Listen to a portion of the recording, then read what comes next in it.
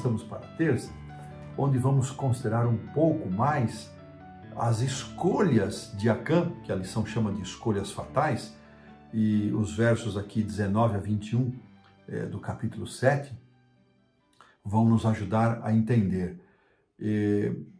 Josué pede, como vimos, como lemos, que Acã desse glória a Deus e o honrasse, e segundo, que ele confessasse, sem esconder nada. De que forma Acã estaria dando glória a Deus? Admitindo aquilo o que ele havia feito. O termo usado pode também referir-se a uma ação de graças ou mesmo a uma confissão de pecados. Então, quando Josué diz assim, dá glória a Deus, Josué está dizendo, reconhece o que você fez, confessa. Infelizmente, o texto bíblico não deixa espaço para percebermos qualquer indicação de que Acã tenha demonstrado genuíno arrependimento. Ele esperava passar livre, se esconder até o final e esperava que isso não fosse declarado. A sua atitude, irmãos, diz aqui o autor, desafiadora e rebelde, o qualificou para ser considerado um ofensor arrogante, para quem não havia expiação de pecado de acordo com a lei de Moisés. E isso nós vemos no livro de Números, capítulo 15, versos 27 a 31. Então ele se colocou numa condição daquele pecado insidioso, aquele que ele teve a intenção de pecar e escondeu e não demonstrou arrependimento, não demonstrou sensibilidade em arrepender-se, porque olha a sequência, ele viola uma regra que havia sido dada claramente, ele toma algo que não deveria ser tomado, Israel é derrotado, ele acompanha todo o sorteio. Quando esse processo, ele deveria ter, se ele tivesse verdadeiramente arrependido, ele teria se apresentado.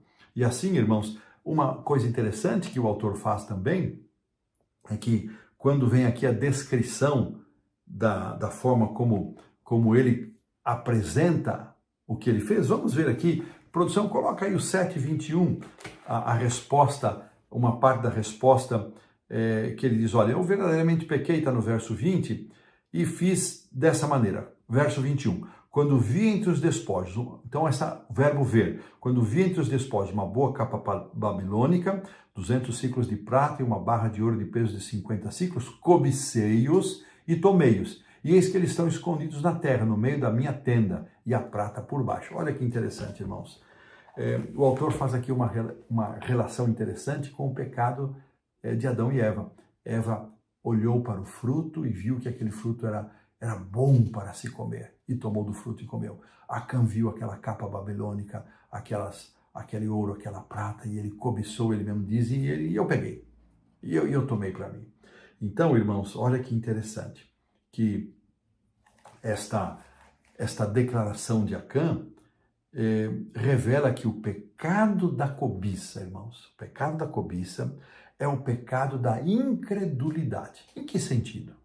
No sentido de que, quando damos vazão a essa cobiça, nós expressamos de que se Deus proibiu alguma coisa tão boa, é porque Deus me privou dessa coisa boa.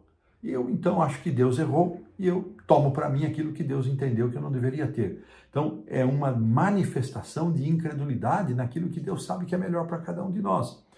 E assim, desta forma, o pecado da cobiça apresenta a sua desconfiança e a sua incredulidade num Deus que sempre faz tudo para o nosso melhor. Há uma coisa interessante aqui, irmãos, nos comentários de Ellen White, eu quero ler aqui para quem tem a lição do professor que contém os comentários, a página 43.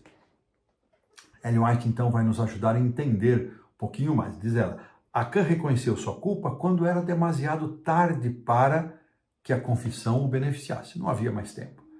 Ele viu toda a sequência, viu os exércitos de Israel serem derrotados diante de Ai e não se apresentou para confessar o seu pecado. Viu Josué e os anciãos de Israel curvados em terra com uma dor inexprimível, buscando a Deus. Por que aconteceu aquilo? Se ele houvesse feito a confissão naquele momento, ele teria dado prova do seu verdadeiro arrependimento, mas não foi assim, ele ainda ficou em silêncio. Acã não teria confessado o seu crime se não tivesse esperado, com isso, evitar suas consequências. A sua confissão apenas serviu, diz Ellen White, para mostrar que o seu castigo, o castigo que ele estava prestes a receber, era justo. Não havia genuíno arrependimento do pecado, nem contrição, nem mudança de propósito e nem aversão para o mal. Olha que declaração forte da parte de Ellen White a respeito disso. E aqui o autor faz uma comparação interessante entre a atitude de Raabe e as atitudes de Acã. Então ele diz que Raabe leva os espias e esconde os soldados. Acã esconde o produto proibido. Raabe mostra gentileza com os espias e os ajuda a conquistar a vitória. Acã trouxe problemas e ajudou e participou da derrota. Raabe fez uma aliança com o povo de Israel. Acã quebrou a aliança de Javé. Raabe salvou a si mesmo e a sua família. Acã perdeu a si mesmo e a sua família, condenando a todos à morte. Olha que comparações interessantes entre a atitude de Raabe e a atitude de Acã. E dessa maneira, nós ainda, assim, antes de finalizar aqui, uma coisa a mais, irmãos. Muitas pessoas dizem que o Deus do Antigo Testamento era um Deus diferente do Deus do Novo Testamento. Mas aqui no auxiliar do professor, foi trazida uma comparação que eu achei muito apropriada, que é a história de Ananias e Safira, lá em Atos capítulo 5. Então, ele menciona que existem várias similaridades entre a atitude de Acã e o resultado que foi a eliminação de Acã e de toda a sua família, com a morte de Ananias e Safira. E essas ações encontradas na versão Septuaginta, que é a tradução do Antigo Testamento para o grego, Acã é descrito tomando para si coisas consagradas ao Senhor. O mesmo verbo usado na Septuaginta para descrever a atitude de Acã é utilizado para descrever as atitudes de Ananias e Safira, que retém aquilo que havia sido dedicado publicamente ao Senhor. Olha que coisa interessante. Ambos os incidentes aconteceram num momento muito crucial para o povo de Deus, no início da tomada da terra e no início da caminhada da igreja cristã primitiva. Então, irmãos, veja que não há incoerência, não há nenhum contraste negativo entre o Deus do Antigo Testamento e o Deus do Novo Testamento. Essas duas histórias são muito interessantes e merecem ser mencionadas em nossa compreensão deste tema. E dessa maneira, agora sim, nós colocamos um ponto final na lição da terça-feira.